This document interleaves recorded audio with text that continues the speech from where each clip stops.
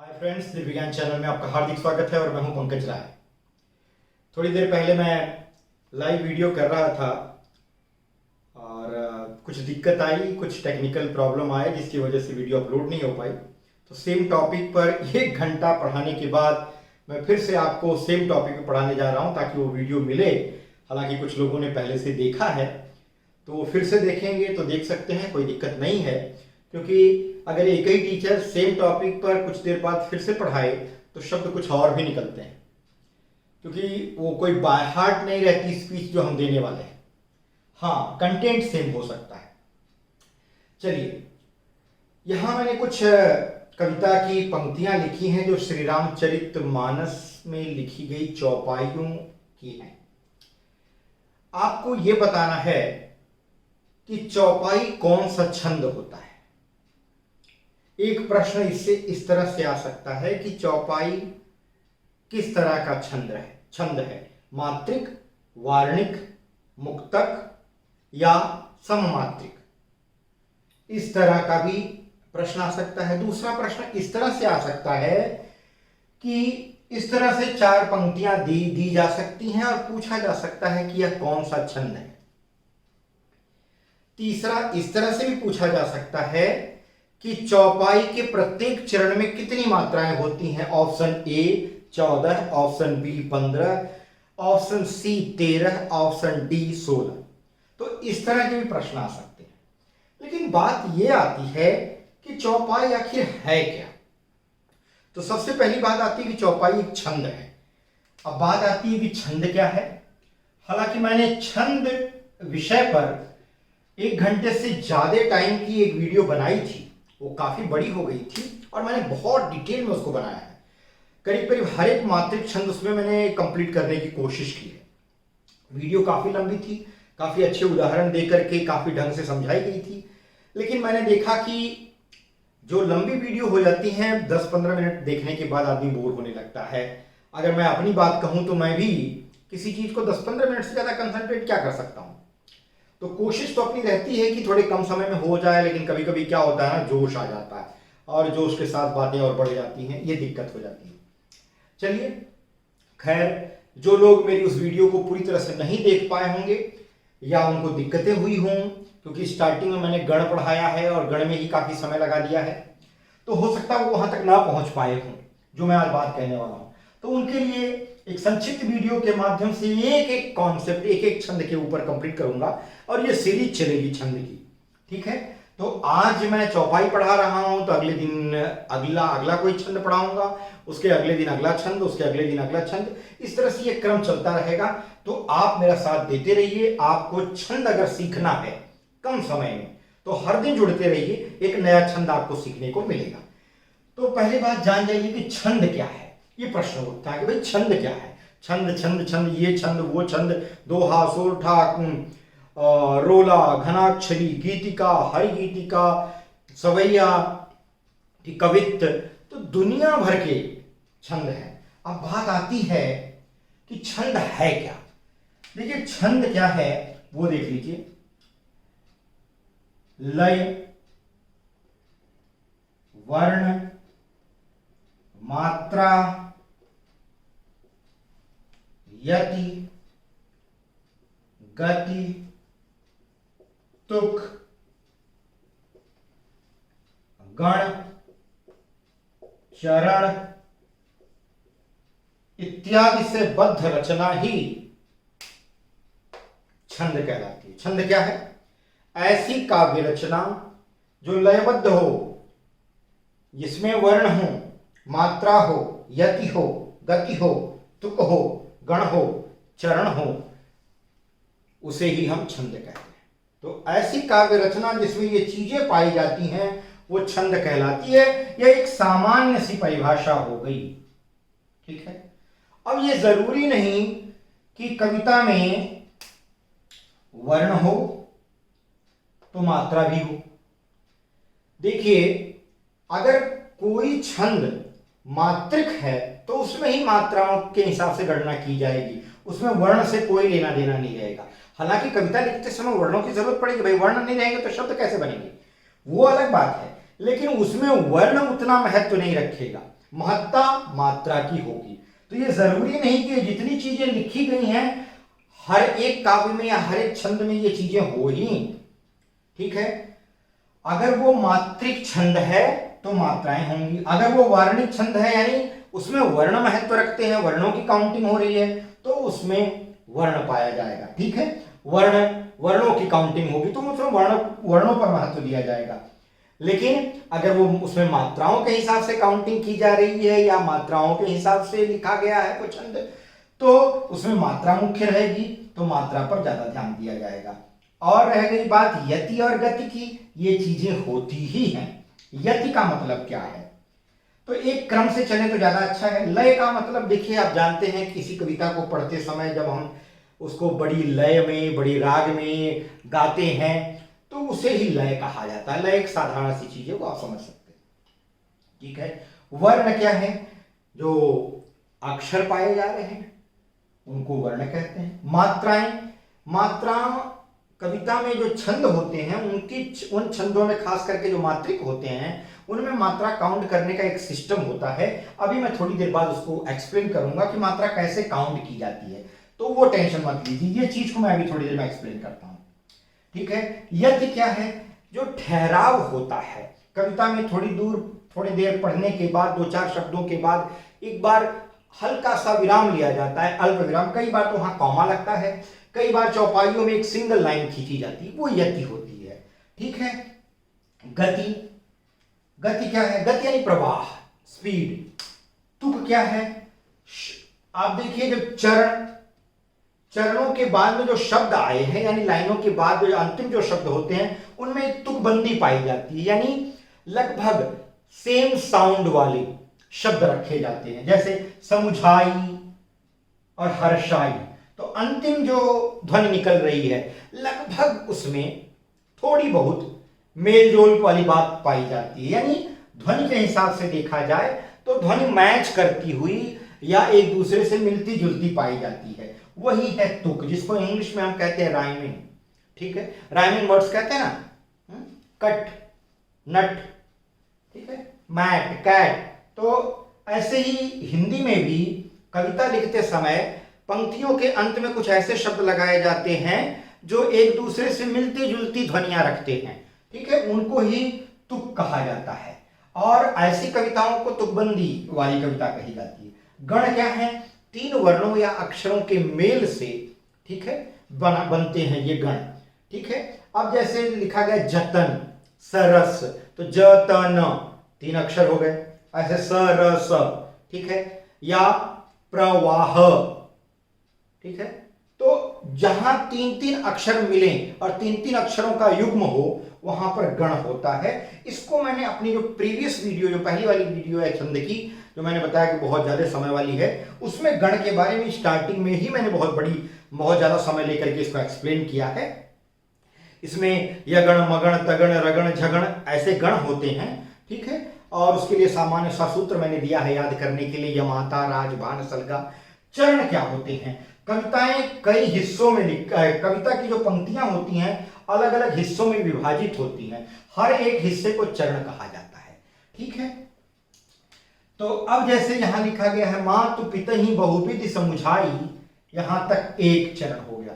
चली उमा तप ही हर्षाई, यहां तक दूसरा चरण। प्रिय परिवार पिता अरु माता, यहां तक तीसरा। और भय विकल मुख आवन बाता, ये चौथा चरण। तो इस तरह से इसको हम चरण कहते हैं।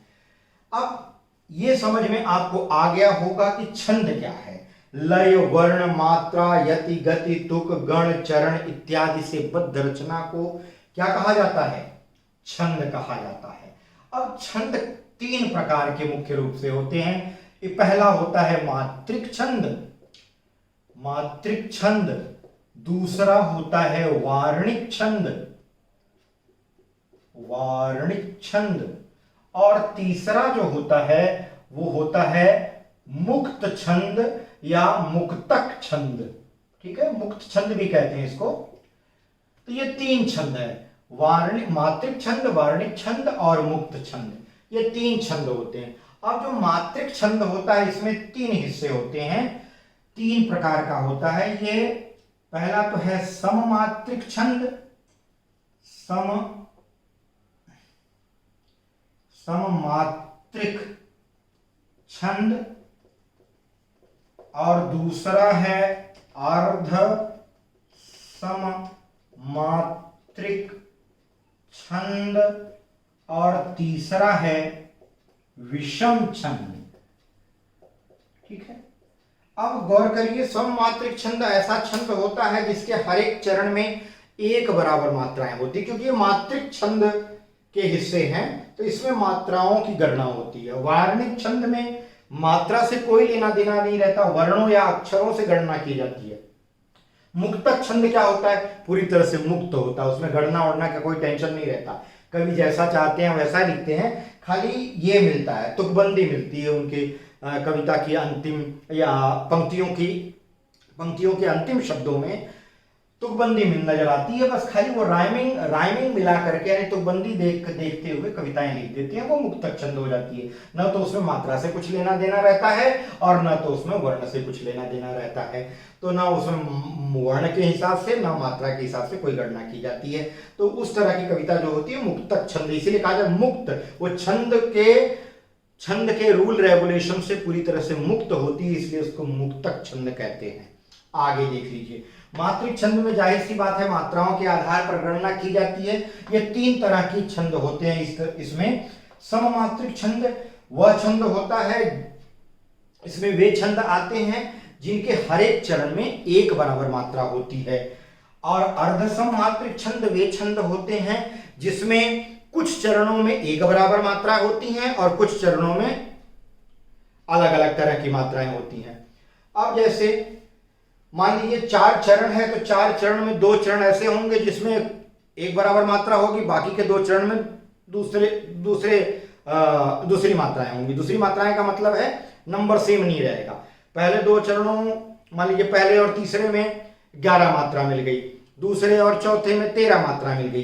कुछ ऐसे छंद होंगे कि जिसमें पहले और तीसरे चरण में 11 मिलेगी, दूसरे और चौथे में 13 मिलेगी। तो क्या होता है, अर्धसममात्रिक में होता है आधे चरणों में, यानी कुछ चरणों में कुछ अलग मात्राएं और बाकी के कुछ चरणों में कुछ अलग मात्राएं मिलती हैं। तो ये आधा समान होता है, आधा असमान होता है, इसलिए इनको अर्धसममात्रिक छंद कहा गया है। जब मैं इसके बारे में डिटेल में पढ़ाऊंगा तब आप इसको क्लियरली समझ पाएंगे। विषम छंद क्या है, विषम छंद वे छंद होते हैं जिसमें सममात्रिक छंद और अर्धसममात्रिक छंद दोनों मिला करके ऐसे छंदों की रचना की जाती है जिनमें छप्पय है, कुंडलिया है। ठीक है, तो वे जो होते हैं वो विषम मात्रिक छंद होते हैं। अब हम बात कर लेते हैं सममात्रिक छंदों की। सममात्रिक छंद में सममात्रिक छंदों को समझने के लिए एक ट्रिक मैं दे देता हूं। चार गीत हरि। अब आप इसको, इस ट्रिक को कैसे भी बदल सकते हैं, कोई दिक्कत नहीं, अपने समझ के हिसाब से आप इस ट्रिक को अपने हिसाब से बना सकते हैं। मैंने एक समान सी ट्रिक अपने समझने के लिए बनाई है। 4 हरि गीत का मतलब है चा से चौपाई, र से रोला, गीत से गीतिका और हरि से हरि गीतिका। तो ये जो 4 छंद हैं मात्रिक छंदों में, इनके नाम मैं यहां लिख देता हूं। मात्रिक छंदों में चौपाई, रोला, गीतिका और हरि गीतिका। हरि गीतिका, ये 4 छंद मुख्य रूप से आते हैं मात्रिक छंदों में। ठीक है, अब हम इसमें से, इन चारों में से आज खाली चौपाई के बारे में जानेंगे। आज मेरे पिताजी श्री रामचरितमानस पढ़ रहे थे। ठीक है, तो पढ़ते समय वो बालकांड पढ़ रहे थे, और बालकांड श्री रामचरितमानस का पहला कांड है। श्री रामचरितमानस 7 कांडों में विभाजित है, 7 अलग अलग अध्याय है उसमें, और पहला अध्याय है बालकांड। बालकांड पढ़ते समय वो शिव और पार्वती के विवाह का वर्णन पढ़ रहे थे। मुझे बड़ा प्रभावित किया वो, और मैं बड़ा भावविभोर हो गया। वो अर्थ के साथ में पढ़ रहे थे, बड़ा अच्छा लग रहा था। और मेरा बस चलता तो मैं ये सारी चीज़ों को, पूरे चौपाइयों को यहाँ लिख देता, लेकिन प्रॉब्लम ये है कि मेरा बोर्ड आप देख सकते हैं कितना छोटा सा है, और इसके अलावा मेरे पास कोई प्रोजेक्टर भी नहीं है जहां मैं पहले से ही टाइप करके रखूं और टच स्क्रीन रहे और उसको शिफ्ट करूं अगले स्लाइड पर और आपको सारे उदाहरण दिखा दूं, तो वो तो नहीं हो पाएगा। लेकिन इतना मैं लाया हूं आपके लिए पर्याप्त कि आप वो चीज को समझ सकें। बड़ा अच्छा प्रसंग है, अगर आपको कभी समय मिले तो श्री रामचरितमानस का वो पार्ट जरूर पढ़िए जहां पर शिव और पार्वती के विवाह का वर्णन है।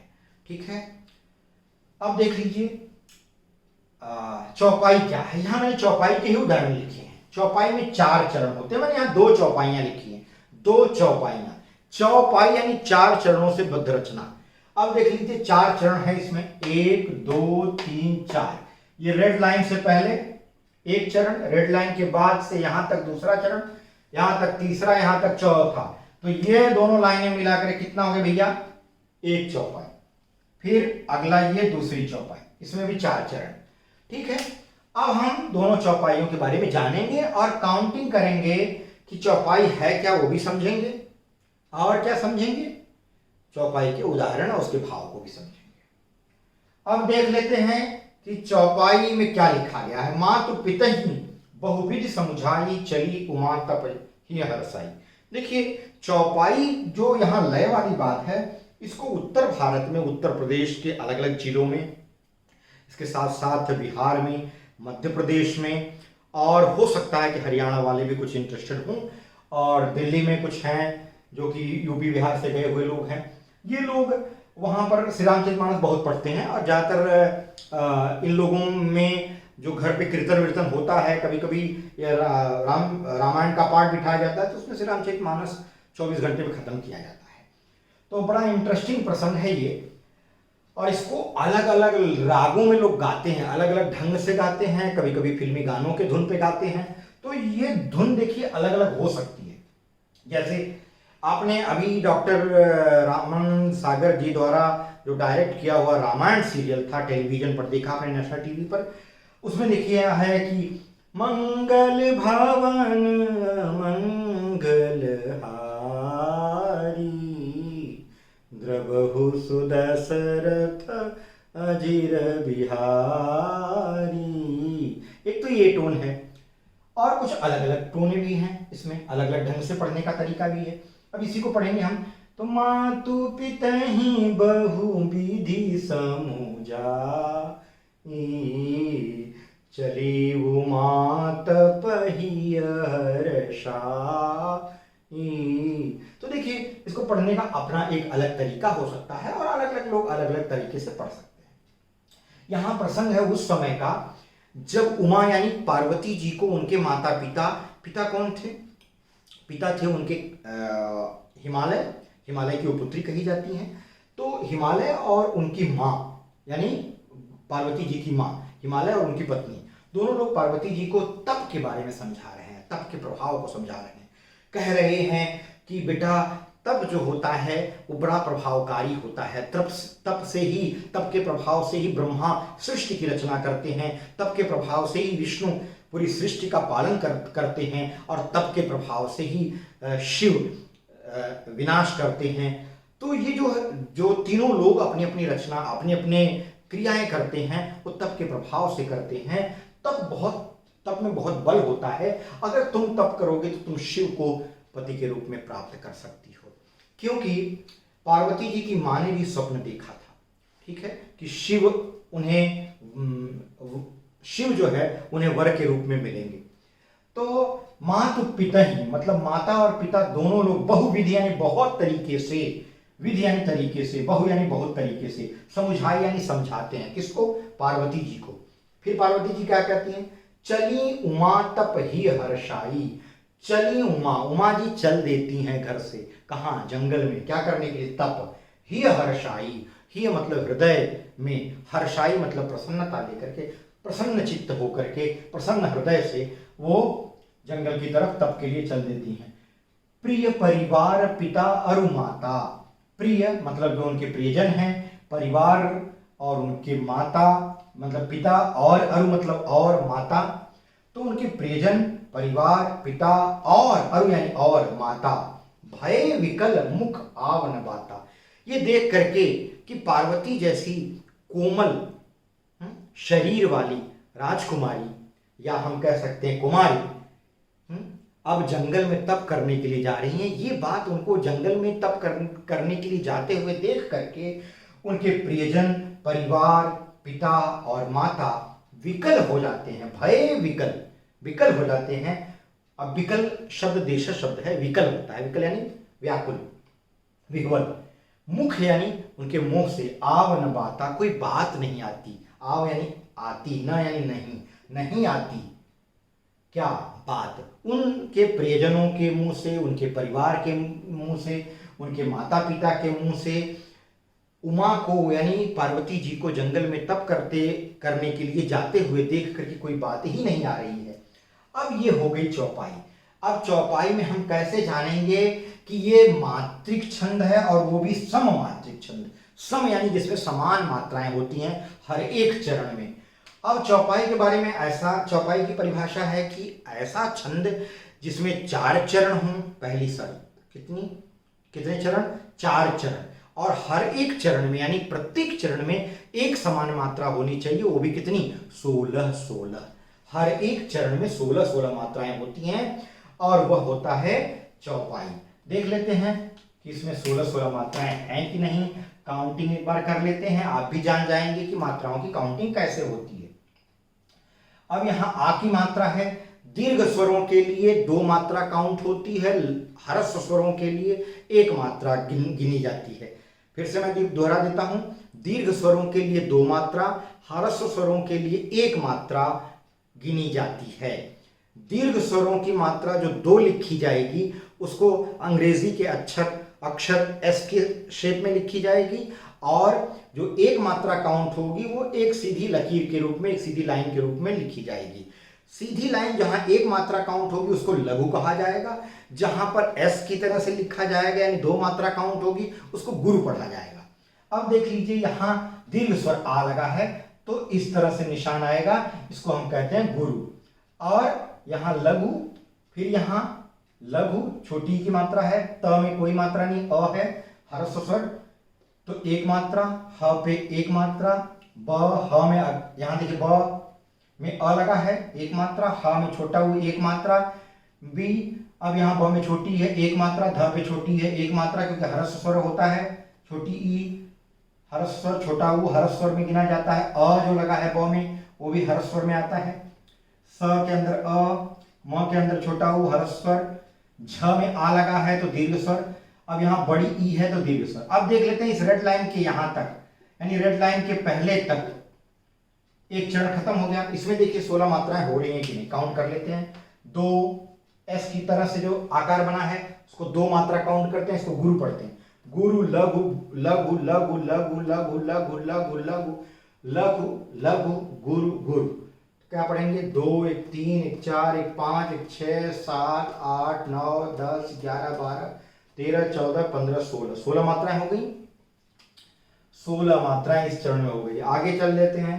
अब च अकेला है, ह्रस्व स्वर लगेगा, इसमें ह्रस्व स्वर लगा हुआ है 1 मात्रा। और ल में दीर्घ ई लगी है तो 2 मात्रा काउंट होगी, तो लघु और गुरु हो गया। यहाँ लघु, यहाँ गुरु, लघु लघु लघु लघु, यहाँ लघु, इसको मिटा देता हूं, लघु लघु गुरु गुरु। अब देख लीजिए यहाँ पर 16 हो रही है कि नहीं। 1 2 2 1 3 4 5 6 7 8 9 10 11 12 13 14 15 16, यहाँ भी 16 आ गई। आगे देख लेते हैं यहाँ पे क्या हो रहा है।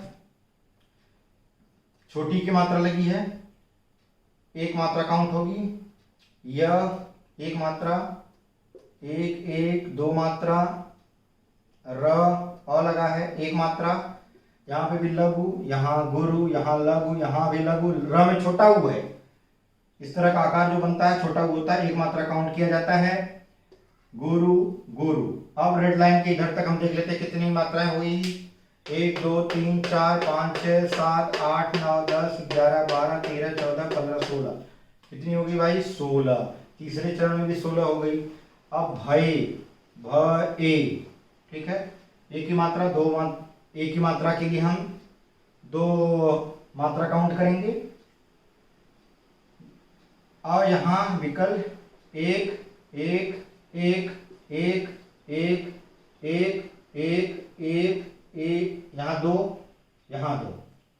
ठीक, कितना हो गया टोटल? एक और दो, दो एक तीन, 4 5 6 7 8 9 10 11 12 13 14 15 16। यहाँ पे भी 16 मात्राएं हो गई, चारों चरण में 16 16 16 मात्राएं हो गई। तो इस तरह से यह एक सममात्रिक छंद है। सममात्रिक छंद यानी जहां हर एक चरण में समान मात्राएं मिली। 16 पहले में मिली, 16 दूसरे में मिली, 16 तीसरे में मिली और 16 चौथे में भी मिली। इस तरह से इसे सममात्रिक छंद कहा जाता है। और इसमें 4 चरण होते हैं, हर एक 16 मात्रा पर यति होती है। ठीक है, यति यानी ठहराव, रुकाव। अब देखिए यहां अगली चौपाई, उर्धरि उमा प्राण प्रति चरना, जाई विपिन लागी तपु करना। तो ये एक चौपाई हो गई।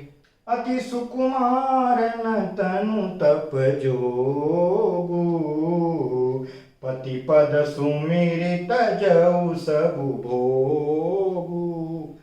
तो ये दोनों लाइनें यानी एक चरण यहाँ, दूसरा चरण यहाँ, तीसरा चरण यहाँ, चौथा चरण यहाँ, 4 चरण से मिल गई तो एक चौपाई बन गई।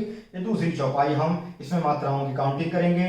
लघु लघु, आप भी दिमाग लगाते रहिए, ठीक है, क्योंकि यहाँ लाइव क्लास तो नहीं चल रहा है कि मैं जान सकूं कि आप क्या कमेंट लिख रहे हैं और क्या कर रहे हैं।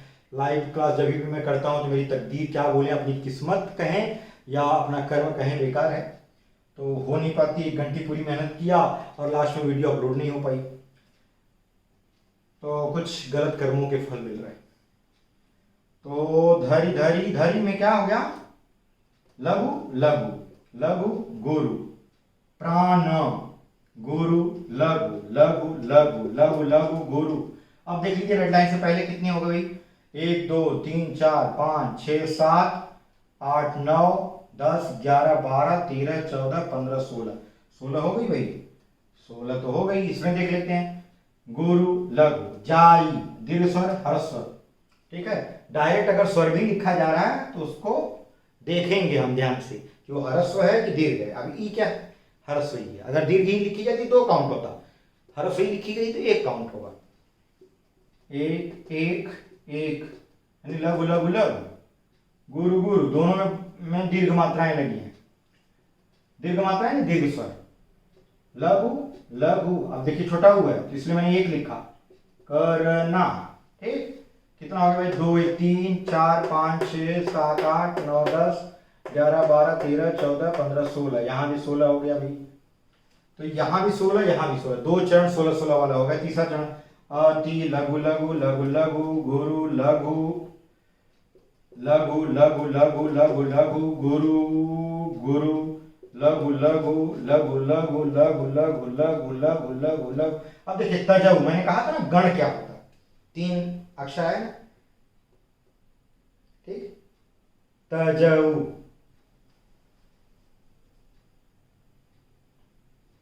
ये गण कहलाएगा। लघु लघु, गुरु गुरु, दोनों में दीर्घ स्वर की मात्रा है। अब काउंट कर लीजिए इस रेड लाइन से पहले कितना आना है। 1 2 3 4 5 6 7 8 9 10 11 12 13 14 15 16 16 16 मात्रा। यहां देख लीजिए 1 2 3 4 5 6 7 8 9 10 11 12 13 14 15 16। यहाँ भी 16।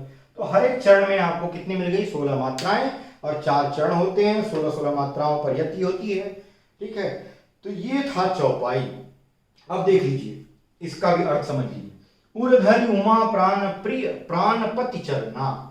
उर्धरि यानी उर मतलब हृदय, धरि यानी धारण करके, उमा यानी पार्वती जी ने, प्राणपति यानी शंकर भगवान को कहा गया है, चरना मतलब उनके चरणों को, उनके चरणों को। प्राणपति चरना मतलब अपने प्राणपति यानी शंकर भगवान के चरणों को उमा जी ने, उर मतलब हृदय में, धरि मतलब धारण करके, जायु विपिन, जायु मतलब जाती हैं, विपिन मतलब जंगल में। विपिन शब्द जंगल का पर्यायवाची है, जिसका और भी पर्यायवाची शब्द है विपिन, कानन, अरण्य, वन, जंगल, ये सब जंगल के पर्यायवाची हैं। तो जाई विपिन, विपिन में जाती हैं, लागी तप करना, विपिन यानी जंगल में जा करके तप करने लगती हैं। किस चीज को? अपने हृदय में धारण करके, प्राणपति चरना, अपने प्राणपति यानी भगवान शिव के चरणों को अपने हृदय में धारण करके माता पार्वती जंगल में जाकर के तप करने लगती हैं। आगे देखिए, अब ऊपर कहा गया कि वो जाती हैं तो परिवार वाले कैसे व्याकुल हो जाते हैं, मुंह से कुछ कह नहीं पाते। आगे लिखा गया है, अब यहाँ चली गई हैं, तप करने लगी हैं। आगे क्या लिखा है? अति सुकुमारन तनु तप जोगु। अति सुकुमार, सुकुमार शब्द कोमलता के लिए प्रयोग किया गया है। अति सुकुमार, अब उसमें भी प्रविशेषण लगा है, तो सुकुमार नहीं है तन, अति सुकुमार है। ये तो सुकुमार क्या हो गया? विशेषण। अति सुकुमार मतलब प्रविशेषण, विशेषण की विशेषता बताने वाला। तो क्या है? उनका तन जो क्या है? अति सुकुमार है, बहुत ही कोमल है। अति सुकुमार न तनु तप जोगु। अति सुकुमार हैं कौन? पार्वती जी। पार्वती जी के लिए सुकुमार आया है और अति सुकुमार की भी विशेषता बता रहा है। तो अति सुकुमार न तनु तप योगु, जोगु यानी योग, योग साधना करना यानी तप। अब यहाँ जोगु का मतलब वो योग नहीं है जो योग साधना वाली बात की जा रही है। तप योगु यानी तप के योग्य, यहाँ जोगु का मतलब है योग्य, ठीक है। तप योगु, जोगु मतलब तप के योग्य, न तनु, न मतलब तन भी तप करने के योग्य नहीं है। अति सुकुमार, वो अत्यंत ही कोमल हैं और उनका शरीर, उनका तन जो है वो तप करने के योग्य नहीं है। पति पद सुमेरी तजऊ सब भोगु। पति पद सुमेरी, पति के पद यानी पैरों को, यानी उनके कमलवत चरणों को, अच्छे ढंग, अच्छे शब्द में हम कहें तो सुमेरी मतलब ध्यान लगा करके, सुमिरन करके, ठीक है। पति पद सुमेरी, पति के पदों को, कमलवत चरणों को, सुमेरी मतलब ध्यान करके, तजब सब भोगु, सभी तरह के भोगों को, सभी तरह के भोग विलास की वस्तुओं को उन्होंने त्याग दिया है। देखिए, मैं एक बात बताना चाहूंगा। पिताजी मेरे पढ़ रहे थे रामचरितमानस, बेचारे सो गए हैं अगले कमरे में, और घड़ी अब इस समय बजा रही है कुछ 11 बजे, 11:30 बज रहे हैं। और इसके पहले मैंने बताया कि लाइव वीडियो कर रहा था, वो हो नहीं पाई। मैं बताना चाहूँगा इस चौपाई के पीछे जो छिपी हुई कहानी है उसको। पिताजी पढ़ रहे थे, मैं बड़ा मग्न हो गया और मैं भाव विभोर हो गया था पूरी तरह से। उसमें ऐसा वर्णन है कि पार्वती जी तप जो करती हैं भगवान शिव को प्राप्त करने के लिए, तो 1-2 वर्ष नहीं करती हैं, हजारों साल करती हैं। ऐसा गोस्वामी तुलसीदास ने अपने श्री रामचरितमानस में लिखा है। कितना सही है, कितना गलत है, ये सब चीज़ के पचड़े में मैं नहीं पढ़ना चाहता, क्योंकि मैं प्रकांड पंडित नहीं हूँ कि मैं 5 वेद और पुराणों और रामायण की तमाम तरह की पुस्तकों को, अलग अलग राइटरों को ला करके छंटनी करूँ उसमें कि क्या गलत है क्या सही। श्री रामचरितमानस में ऐसा तुलसीदास ने लिखा है कि कई हजार सालों तक उन्होंने तप किया, कंदमूल फल खाए। कंदमूल फल खाने के बाद वो उस कंदमूल फलों का त्याग कर देती हैं, कुछ सालों तक और तपस्या करती हैं तो पेड़ों के पत्ते खाती हैं, और फिर उसके बाद वो भी छोड़ देती हैं। इसलिए उनका एक नाम रखा गया, वो नाम मुझे क्लिक नहीं कर रहा है, मैं बता दूंगा अगली वीडियो में आपको कि उनका नाम, उस पत्ते का त्याग करने के कारण एक नाम पड़ा था। अगर आपको क्लिक होता है तो आप मुझे अगली वीडियो में कमेंट लिख करके, या इसी वीडियो के कमेंट बॉक्स में आप कमेंट लिख करके मुझे भेजिएगा कि उनका नाम पत्तों का त्याग करने के कारण, मतलब वो पत्ते भी नहीं खाती थी। कि सोच लीजिए कि इतना कठोर तप उन्होंने किया है भगवान शिव को प्राप्त करने के लिए। जिस भगवान शिव को लोग कहते हैं कि बड़े आसानी से रिझाया जा सकता है, प्रसन्न किया जा सकता है, और वो बड़े भोले भाले हैं। एक बार तो इतने खुश हो गए कि भस्मासुर को आशीर्वाद दे दिया और खुद संकट में पड़ गए। आप उस कहानी को जानते हैं, उसके चक्कर में नहीं पढ़ूंगा, उतना एक्सप्लेनेशन की जरूरत नहीं। तो ऐसे भोलेनाथ को पाने के लिए उन्होंने कितने सालों तक तप किया। तो इस चीज का प्रभाव हम कलयुग में देखते हैं कि हमारी माँ बहनें जो है, ऐसा कहा जाता है कि भाई सोमवार के दिन व्रत रहो भगवान शिव का, तुम्हें अच्छा पति मिलेगा। ऐसा घर में आज भी बूढ़ी माएँ, दादियाँ, नानियाँ अपने बच्चों को, ऐसी लड़कियों को ऐसा कहती रहती हैं कि योग्य वर पाना है तो भगवान शिव का व्रत रहो और उनकी पूजा करो, तो भगवान शिव योग्य वर देते हैं। ऐसी धारणा आजकल फैली हुई है। इन्हीं शब्दों के साथ वाणी को विराम देता हूँ। बहुत बहुत धन्यवाद। अगली वीडियो में एक नए विषय के साथ मैं फिर आपसे रूबरू होऊंगा। तब तक के लिए बहुत बहुत धन्यवाद।